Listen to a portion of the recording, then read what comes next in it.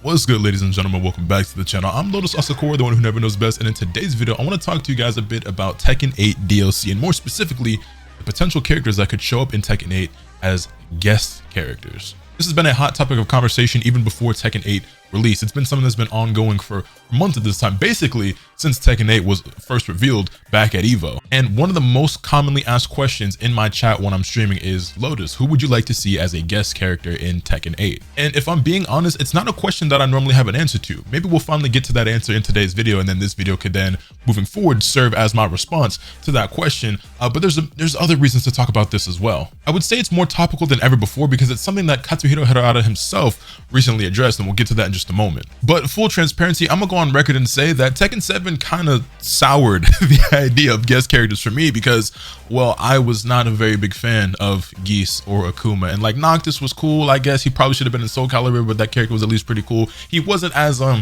ignorant as Geese and Akuma were, and I'm somebody who has been scarred by what they did to that game competitively. But regardless, having wacky additions to Tekken like Noctis and even Negan from The Walking Dead, which came completely out of left field, is a great way to get newcomers to the game and maybe grab the attention of players who wouldn't normally try the game out. Now, there's other reasons why guest characters are also a good thing in fighting games, and even though it may not be the thing that gets me the most excited when it comes to DLC, it's something that is fun to talk about. So when it comes to guest characters, who is like one of the most popular, most iconic, like most requested characters that people have been wanting to see, not only since Tekken 8's announcement, but since Tekken 7. And that request only increased once Noctis was added to the game, and that character is none other than, of course, Tifa Lockhart from Final Fantasy. Now, fans asking for Tifa to be added to Tekken is nothing new. However, I believe for the first time ever, Harada actually acknowledged the community's request for Tifa in a tweet. And I actually have the tweet in question pulled up right here. And this comes from Distant Memory 96, who made a tweet that said, all I'm gonna say is what everyone else here is saying, but I'm gonna say it anyways, because Tifa Lockhart would be absolutely incredible if she made it into Tekken 8, this time Harada-san, which is a response to this Final Fantasy VII Rebirth and Tekken 8 booth that Bandai had at the Taipei game show. And so unsurprisingly, there were a ton of people in the replies saying, oh my god, please put Tifa in Tekken 8, this would be so sick, and people were wondering if this could possibly be alluding to the potential of that, to which Harada quoted it and responded saying, we all know she is attractive and I understand that, but as yet we have not decided anything about guest characters, etc. And when he says attractive, I assume more so just means like the idea of her being added into the game is attractive or appealing. Like, he understands that that's something that a lot of people want. But to my knowledge, and as far as I saw, I don't know if Harada's ever acknowledged fans' requests for Tifa before. He might have, because Harada's actually pretty active on Twitter. He replies to people all the time, so it's not like I see every single tweet he makes. I mean, I do follow him, but you know what I'm saying, I don't spend 24/7 on Twitter, so maybe I missed it. I'm not really sure. But while his words here don't really have any indication whatsoever that there's a potential for her being added into the game, it actually filled a lot of people with a lot of hope that there might be a chance, just because he acknowledged it at all. But his words, clear as day, we have not yet decided anything at all about guest characters. I believe Michael Murray and Harada themselves actually said that guest characters weren't going to be their primary focus when it comes to the DLC for Tekken, that they want to focus on Tekken characters first. And that of course makes sense. And I understand that with Tekken 7, we actually ended up getting guest characters pretty early on. I mean, Akuma was a base roster character in the game at launch, and then Noctis and Geese came along in season 1. So pretty much right off the bat, they started throwing in these guest characters, and it was really hype, and a lot of people thought it was really cool. And so it just always begs the question, okay, well, who else could they potentially add to this game? And trust and believe the community has a ton of characters that they would like to see, but there are a couple of other standouts, let's just say, that I want to talk about. The other character that I've seen get requested time and time again, ever since Tekken 7, is none other than Kiryu from the Yakuza series. Kazuma Kiryu is a very popular character from what I would have normally described as a niche franchise that seems to have grown and skyrocketed in popularity lately. And it makes a lot of sense too, because when you think about the characters that could potentially make it as DLC in Tekken, you would think that would have to be like relevant, you know what I mean? They have to be characters that make sense to be added because of anything that's going on right now. Like, so for example, before, when you had Akuma, well, obviously there was Street Fighter always going on. Tekken and Street Fighter have always had like that kind of rivalry. Whatever Akuma being added to the game, it kind of makes sense. Also, there was, you know, the whole Street Fighter cross Tekken game, and there was supposed to be Tekken cross Street Fighter. Whatever happened to that game, we'll never really know, but it's basically dead in the water. But I digress. And then even going on, you had Noctis, right? Well, Final Fantasy 15 was a recently released game, you know, around that time. It was popular, people liked it, and Noctis made his way into the game, which leads us to another character that we'll get to later on. But you know what I'm saying, wink wink, nudge nudge, foreshadowing going on there. But yeah, I believe a brand new Yakuza game just released. Yakuza 8 is out right now, and so it's like, okay, this is a chance for Kiryu to be added into the game. However, there is a small issue that throws a wrench into this plan or this idea or hope for fans, and that is the fact that a man by the name of Toshihiro Nagoshi actually confirmed that it's pretty much something that's never going to happen. If we mosey on over to this article that I have pulled up that was actually posted back in 2020, you can see Yakuza creator Toshihiro Nagoshi confirms why Kiryu will never appear in a fighting game. And basically it reads, in an interview with Red Bull France, Nagoshi responded to any potential of debuting Kiryu in fighting games. We wouldn't be the only ones hyped up for such a crossover event with this 4 different fighting styles and ludicrous attacks, including bicycle and telephone pole swinging action.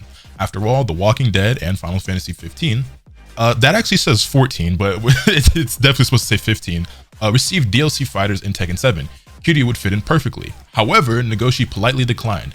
Kiryu cannot hit women, which has been speculation by a lot of people for a while. It's similar to like the whole trope of like Sanji from One Piece being in games like, oh, well, he doesn't hit women, so he can't be a character. In fact, I think in the game One Piece Burning Blood, Sanji actually cannot hit the female characters in that game. It's cool in one sense, and in one aspect, because it's like, oh wow, that's really lore accurate. And I was like, canonical, and it was really cool. But on the other hand, it's like you put yourself at a disadvantage by playing that character if your opponent has, you know, women on their team. That being said, he has a quote that reads, "We get a lot of requests for that. Of course, there are exceptions, but fighting games usually have female characters, and I personally don't really want to see Kiryu hit women." Many often see the Japanese Yakuza as the modern era samurai. Their codes of honor and a strong sense of responsibility mean that they have some old school chivalry in them. Some might see this as a sexist decision. Are these female fighters just weaker beings to him? But we must remember that Kiryu isn't the kind of guy who would raise a hand against a girl. His fists are strictly for vanquishing evil off the streets of Kamurocho. So you could argue that that dashes any hopes and dreams of Kiryu ever showing up in a Tekken game. However, what you may not know is that Toshihiro Nagoshi is no longer with Sega. As you can see here, if we take a look at his Wikipedia page, Toshihiro Nagoshi is a Japanese video game producer, director, designer. He was the chief creative officer for Sega until 2021, when he became creative director. However, he went on to be the general director of Ryuga Gotoku Studio and later became a member of the board of directors for Atlus. He joined Sega in 1989, and 30 years later, he left Sega to join NetEase in late 2021, where he founded the studio Nagoshi Studio. And if we scroll down a little bit and go to the games that he's worked on and has credits for, you'll notice that the very last game in this list is Lost Judgment from 2021. Obviously, he departed from Sega in 2021, so that's the last game he had his hands on. And you'll see that, like a dragon, Infinite Wealth, it's nowhere to be found. The game that just released this year. So suffice to say that if it was up to him, Kiryu would never be in a game or a fighting game or ever end up in Tekken, but it's not really up to him anymore. Now, whether or not anybody would respect his wishes and, you know, keep that sentiment alive, whatever, we can't really say for sure. But I would say that his departure from Sega could reignite a little flame, just a little bit of spark, just a little bit of hope to hold on to, that if you're a big Yakuza fan, that Kiryu could potentially show up in Tekken 8. But anyway, there's one more character actually that I kind of want to talk about. Well, there's a couple, but there's one more that I have stuff to show you guys that I actually want to address and talk about, because there's another character that has been requested a lot. I've seen a lot of people talk about. His name comes up a lot in, you know, my chat when I'm streaming and whatnot, and that is Baki from Baki the Grappler. Baki's not a series that I'm familiar with. Like, I'm aware of its existence. I've seen clips and screenshots here and there, but I've never actually watched it for myself. And I'm sure that's going to get a lot of comments saying, oh, look, you got to watch it, bro. It's so good. It's peak. It's peak. You're missing out on peak. It's so peak, bro. You got to watch Baki, bro. Baki's so peak, bro. And I'm sure it's great. Whatever. Cool.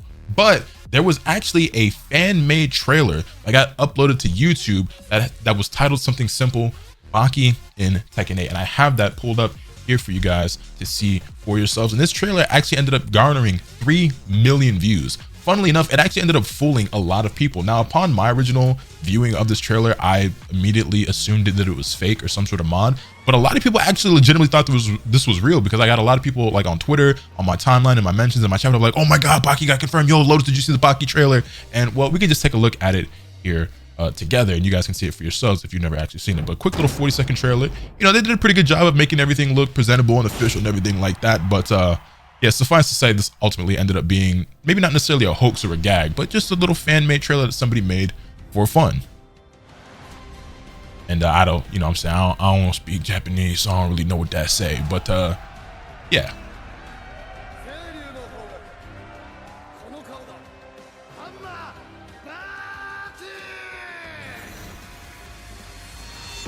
You know what I'm saying? And it's pretty good. Now, the thing about this is, I don't know like whether this person made this model themselves or where they got this, or like where this character's assets, model, figure, everything. Like, I don't know where this came from, right? But to me, this very clearly looked different than like the characters in Tekken 8. So when I saw it, I just assumed, oh, like, oh, this is fan made. And I was surprised that so many people fell for it, but it looks so well put together, and the character model itself does look so good. Like, I can kind of understand, but just visually compared to, you know, the graphics and the fidelity and the detail, like what we have in Tekken 8, and I was like, nah, this ain't real. But it, like I said, well made for sure. But he definitely looks like way more anime, which Tekken 8 is super anime now, but I'm just like, the eyes and everything is like, he looked way more anime than I feel like the characters do.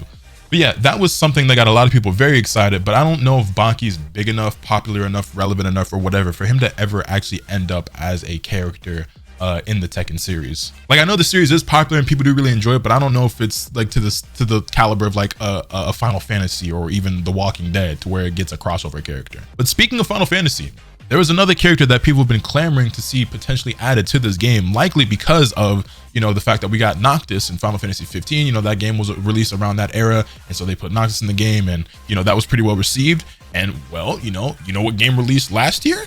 Final Fantasy 16. And so, of course, it only makes sense that people would expect or hope to see none other than Clive Rossfield from Final Fantasy 16 in Tekken 8. Now, if you were to present this as an idea to me some years ago, I'd have been like, I don't really know if that fit or how that's going to work. But at this point in Tekken 8, I feel like damn near anything is possible, if I'm being honest, just in terms of the character. Because at first I'm like, well, how's he going to fight? And like, what's his, you know, style going to be, and whatever. But Noctis is in the game. They put Geese and Akuma in the game. Victor exists. Kunimitsu exists. And like, you know, to some extent, a lot of these characters still do like hand-to-hand combat. But I'm just saying the bar for like what's acceptable in Tekken. I mean, Negan's in the game, for Christ's sake, you know what I'm saying? Just like, and the crossovers get crazier, and like the fighting styles of these characters get wilder and wilder. And I mean, we've seen pretty wild stuff for a while now. I mean, if you go all the way back to like Tekken 3, we have Gon, who's a dinosaur. We have Roger, who's a kangaroo. You have fighting robot by the name of Combat. You have Mokujin, who's like a sentient like pile of lumber. Like, we have devils and animals and robots and blocks of wood and everything else in between fighting in Tekken at this point. So why not add Clive Ross? So it makes sense. Like I said, they've already done the Final Fantasy crossovers, and I don't know how likely they are to again to do more Final Fantasy. And I think I know the answer to this, but between Clive and Tifa, who would you guys rather see? I'm gonna assume that the popular vote here is gonna be for Tifa. If I had to pick, I guess I would also pick Tifa. But that just me. Saying Clive is a really cool character. Now, did I ever finish Final Fantasy 7 or Final Fantasy 16? No, I didn't. I'm a fraud. I'm not gonna pretend like I'm not. Okay, I never finished either of the games. I enjoyed them both. I liked them a lot. I'm Professor Calamitous with it. Okay, I start a lot of games that I never finish, and it's part of being a content creator and part of me just being really bad at being a content creator. But that's not the point here today. We're not talking about me. Okay, we talk about the DLC. As for me, honestly, I've genuinely put a lot of thought into it, and I still don't really know for sure who I would like to see as a guest character, because I'm just not really super big and gung-ho on guest characters. Whoever they add, I'm sure it'll be a well-received pick by plenty of people, and it'll make a lot of people happy. But for me, if I'm being honest, I'm just kind of whatever about it. But what about you guys? Who would you like to see if you could pick any character as a DLC character, as a guest in Tekken 8? Who would it be? I genuinely did try to sit here and think about it. I was like, okay, what's like series that are cool to me or that I enjoy that are like relevant right now and would make sense, would be like possible? And like, I even tried to think about things that like didn't really make sense or like weren't really possible, but at least would, you know, kind of make sense as a character in Tekken, and I couldn't really come up with anything. But I mean, I'd be down with Tifa just as much as anyone else, so I guess I'll just roll with that. But with that, that's gonna do it for today's video. Let me know your thoughts in the comment section down below. Hit this video with a like if you enjoyed, subscribe if you haven't already, so you can stay tuned for all content when I bring you. With all that being said, that's pretty much off today, and remember, let's get happening until you swing the bat. Later.